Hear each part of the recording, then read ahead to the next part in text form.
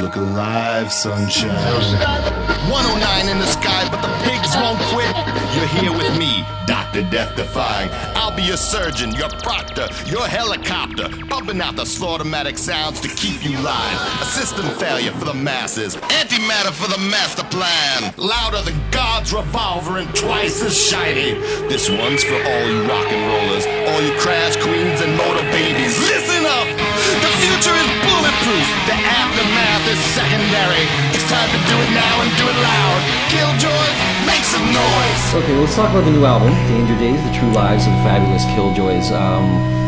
There was a lot of pressure probably coming off the last album, a lot of pressure to perform that sold so many copies.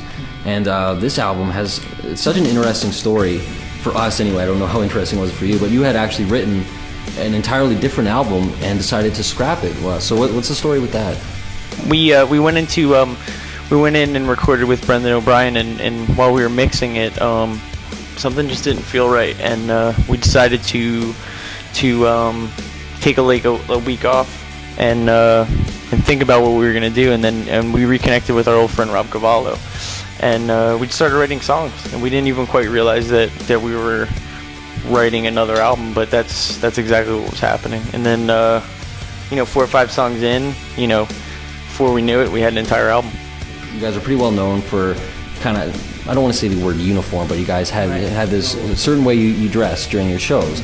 And when you kicked off the tour a couple days ago, there was actually a story online saying, hey, these guys don't look the same. They're wearing colors this time, and there's a pretty catching light show to go along with it.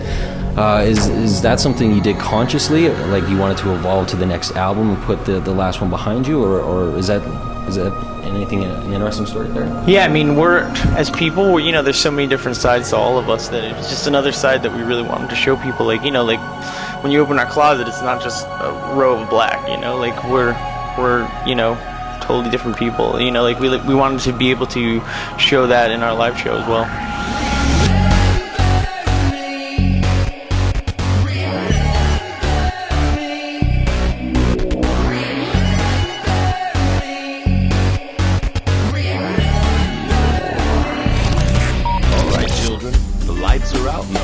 Over. It's time for me, Dr. D, to start running and say goodbye for a little while. And I know you're gonna miss me, so I'll leave you with this. And I want to talk about something that's pretty new. It's called Sing It for Japan. It's something that you're actually getting your fans involved with your efforts. What's that all about? Well, Ray, really had this idea. Obviously, we're all very upset by what happened in Japan because we're really connected to that country.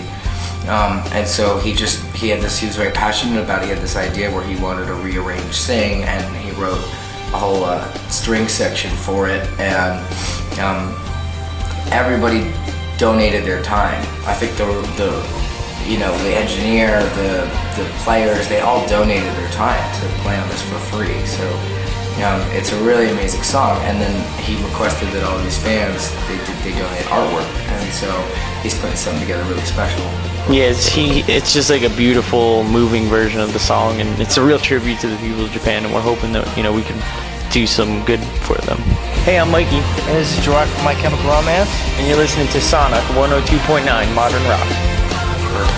Excellent.